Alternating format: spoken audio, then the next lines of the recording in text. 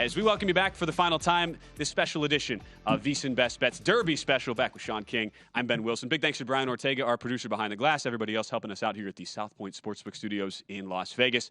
I know somebody else, Shaun, who is very much ready for the most exciting 2 minutes of sports to get here.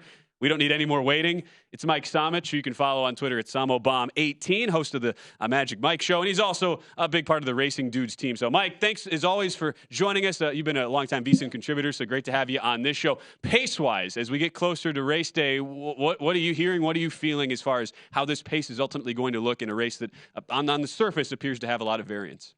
Yeah, it's the million-dollar question. You look at 4 or 5 commonly used handicapping tools. They're all projecting different pace horses. And then we get a nice little curveball about an hour ago. Practical Move out, Cyclone Mischief in.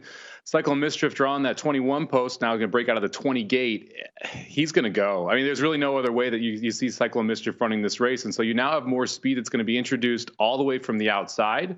Before this, we had all the speed toward the inside with really Dermaso Tagate, the only horse that may press early from the outside.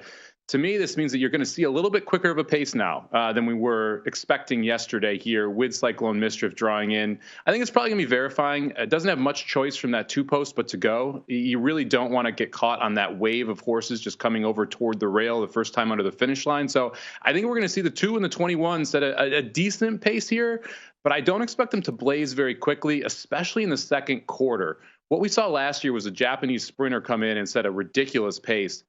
There's a lot of horses that want to be forwardly placed in this field, but not all that many that want the lead. And so I expect the first quarter, you're going to see a pretty decent pace, but I'd be surprised if they keep that up in the second quarter. I think it'll slow down a little bit. You know, it's interesting because I think it was Summers Tomorrow. Wasn't that the Japanese horse last year that it shot out? Yep. And I mean, they were running a 7-furlong race, not a mile and a quarter. Yep.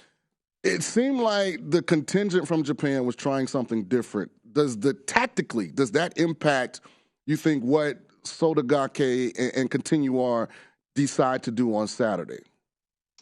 I don't think so. I think that, since we entered the points era, before the points era, we saw a lot of sprinters qualify for the Kentucky Derby because it was based on purse money and graded stakes. And so we saw U.S. sprinters do that when they got into the Kentucky Derby. It's why pre-2013, it was a lot easier to win this race from coming off the pace. You had a lot of sprinters that went out early, set a hot pace, and these closers, well, they wouldn't get the perfect trip. The horses in front of them were tired, and a lot of the other contenders were closers. What we've seen since 2013, since we entered the points era, is we didn't have any of those sprinters in the race. Last year was the first year we really did, and that's because of Summers Tomorrow, a Japanese horse that went out and went crazy early. Mm-hmm. These 2 horses aren't sprinters, and that's a big key here. Dermaso Tagate went gate to wire in the UAE Derby. Well, Continuar was behind him the entire time. So I don't expect that Continuar is now going to all of a sudden decide, I want to sprint out of the gate and throw a monkey wrench into this. Dermaso Tagate wants to be forwardly placed, but if you go back and you watch his replays from the Japan races, he is as effective or more effective stalking right off the pace. So I would expect he wants to sit 3rd or 4th into that first turn. That'll be really interesting to watch. That's the horse I do like, Mike, coming in, Dermaso Tagake. As far as another horse who's among the favorites right now, Tapit Trice, one of the 2 Todd Pletcher horses, is right at the top of your odds board. The one knock on him is that he's been a slow starter at times, despite winning 4 of his 5 starts. How do you imagine that playing out in this race there with Tapit Trice toward the top of the odds board? You're being generous with the at times. He's allergic. I'm trying to be nice, Mike. All right. He has no interest in being anywhere near the lead. It was interesting watching Saez ride him at Keeneland last time out. They had to quarter horse him out of the gate to go 48 seconds to the half mile. And so I just don't see how Tapit Trice out of that 5 post is going to benefit from this race at all. If you look at this inside, the 1, the 2, the 3, and the 4 all have speed or tactical speed. So in my mind, Tapit Trice essentially drew the 1 hole in a 16-horse race. And that wave of horses I talked about is going to crush over on him. If he breaks slow at all, I think he might be the most likely horse to be in 20th the first time under the wire.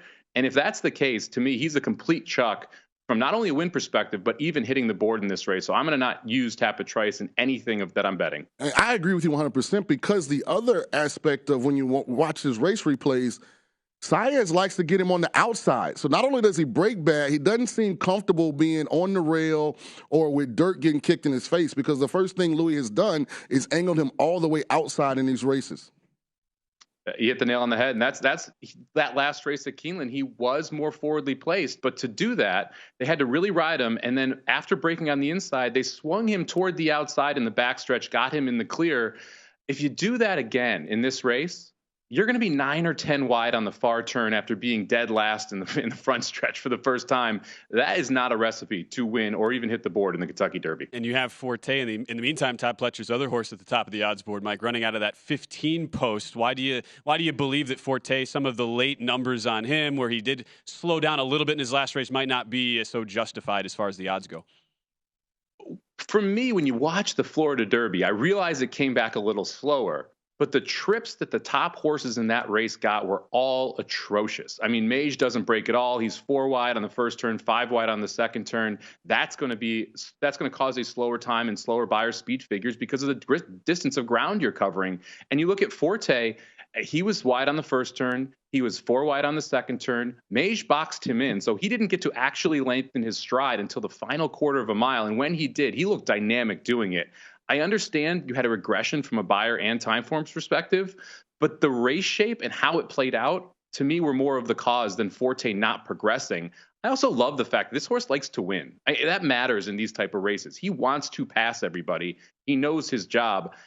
It's hard to pick the favorite in a 20-horse field, but Forte has to be one of those horses you expect to be in the top 3. I think you got to use him in your tries and supers. And if he floats up at all, if this hate goes too far and you see 7-2 or 4-1, I do think it's worth a win bet. You know, it's interesting because no matter how good the favorite is, unless it's like American Pharoah or Big Brown, where it just looks like they tower over the field, I have a hard time putting the favorite first. Epicenter was by far the best horse last year in the Kentucky Derby, yet he didn't win. So just off of that historical context alone, I think Forte's the best horse. I'm going to try and beat him. Agree or disagree with that? Oh, I agree with you. I mean, you look at the Superfecta in this race, one of the best bets in horse racing all year. 15 of the last 17 years has paid $9,500 or more. 6 of the last 17 has paid over 6 figures. You don't get that because the favorite is winning these races, right? You have to look for long shots because the variance in the Kentucky Derby is higher than any other race that you will see all year. When you have 23-year-olds who've never gone a mile and a quarter, who are in the biggest field of their life, in front of the biggest crowd of their life, you kind of have to try and find a way to get around the favorite, even if you do think there is some value there. With that being said, you make a really good point, Mike, and you talk about variance. What long shot do you like to get out here and win this thing?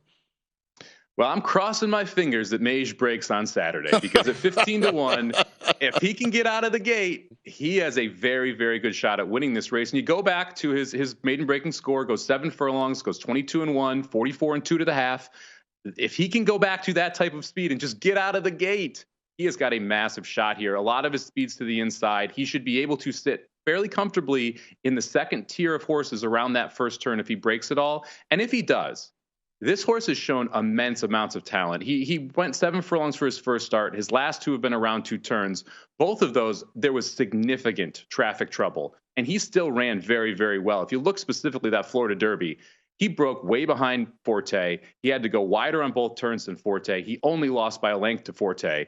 Forte is 3-1. He's 15. I like them both here. I'm going to take a little bit of a swing. I'm going to go with the 8 Mage on top. Love that. Taking a swing. Mike Somich, check out the rest of his work at racingdudes.com. Mike, as always, great insights. Stuff, we really appreciate the time. Best of luck Saturday. Thank you very much. I can't wait for this race. It feels like it's been a long time coming. And make sure you check out the undercards too. Even if you're not a huge horse racing person, the undercards are phenomenal, both Friday and Saturday for the Oaks and the Derby. Great advice as well. Mike, thank you. And that's now 2 people of our experts, Shaun. Yeah. Chris Andrews, Mike Somich. Like a little Mage action coming out of that 8 post. Yeah, I don't like horses that don't break. I'm throwing Tapit Trice out, throw Mage out too. Okay. But if they run the race 4 times, I truly believe there'll be 4 different winners. That's a very good point. Mike, thanks, man. We appreciate it. Great stuff, best Mike. Best of luck on Saturday as we get set to wrap up our show here.